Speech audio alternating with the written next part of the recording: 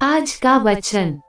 पहला पाठ कुरिन्थियों के नाम संत पौलुस का दूसरा पत्र, अध्याय 4 पद संख्या 7 से 15। यह अमूल्य निधि हम में मिट्टी के पात्रों में रखी रहती है, जिससे ये स्पष्ट हो जाए कि यह अलौकिक सामर्थ्य हमारा अपना नहीं बल्कि ईश्वर का है। हम कष्टों से घिरे रहते हैं परंतु कभी हार नहीं मानते।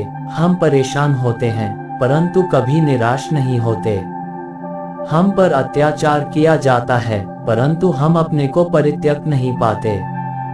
हमको पछाड़ दिया जाता है परंतु हम नष्ट नहीं होते। हम हर समय अपने शरीर में ईसा के दुख भोग तथा मृत्यु का अनुभव करते हैं, जिससे ईसा का जीवन भी हमारे शरीर में प्रत्यक्ष हो जाए। हमें जीवित रहते हुए ईसा के कारण निरंतर मृत्यु का सामना करना पड़ता है, जिससे ईसा का जीवन भी हमारे नश्वर शरीर में प्रत्यक्ष हो जाए। इस प्रकार हम में मृत्यु क्रियाशील है और आप लोगों में जीवन धर्म ग्रंथ कहता है। मैंने विश्वास किया और इसलिए मैं बोला।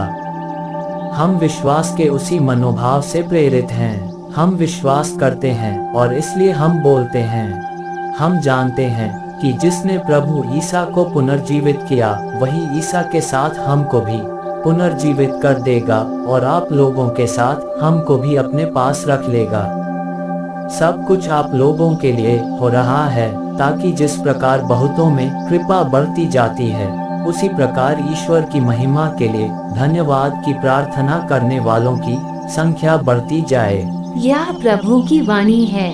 सुसमाचार संत मत्ती अध्याय 5 पद संख्या 27 से 32। तुम लोगों ने सुना है कि कहा गया है, व्यभिचार मत करो।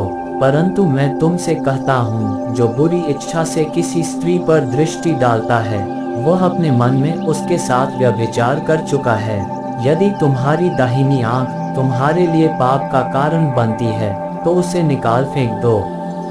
अच्छा यही है कि तुम्हारे अंगों में से एक नष्ट हो जाए किंतु तुम्हारा सारा शरीर नरक में न डाला जाए। और यदि तुम्हारा दाहिना हाथ तुम्हारे लिए पाप का कारण बनता है तो उसे काट कर फेंक दो। अच्छा यही है कि तुम्हारे अंगों में से एक नष्ट हो जाए किंतु तुम्हारा सारा शरीर नरक में न जाए। ये भी कहा गया है, जो अपनी पत्नी का परित्याग करता है वह उसे त्याग पत्र दे दे। परंतु मैं तुमसे कहता हूँ, व्यभिचार को छोड़ किसी अन्य कारण से जो अपनी पत्नी का परित्याग करता है वह उससे व्यभिचार कराता है, और जो परित्यक्ता से विवाह करता है वह व्यभिचार करता है। यह प्रभु का पवित्र सुसमाचार है। आमीन। आज का चिंतन।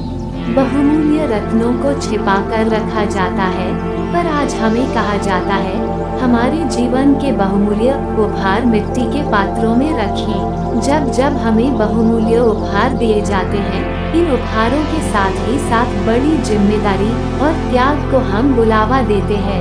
ईश्वर ने हम सबों को सगुनों के रूप में बहुत से उपहार दिए हैं, साथ ही साथ हमें चुनने की आजादी भी दी।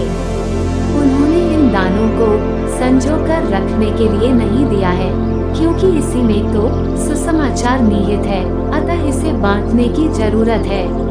जितना भी हम इसे बांटे, इसे खत्म नहीं किया जा सकता। आज हम ईश्वर से मिले सभी वरदानों पर मनन करें। क्या हम इनका सदुपयोग करते हैं या इसे व्यक्तिगत उपयोग के लिए सुरक्षित रखे हैं? यदि ये सुरक्षित है तो अपने अच्छे कार्यों के द्वारा इनका सदुपयोग करें। आमीन।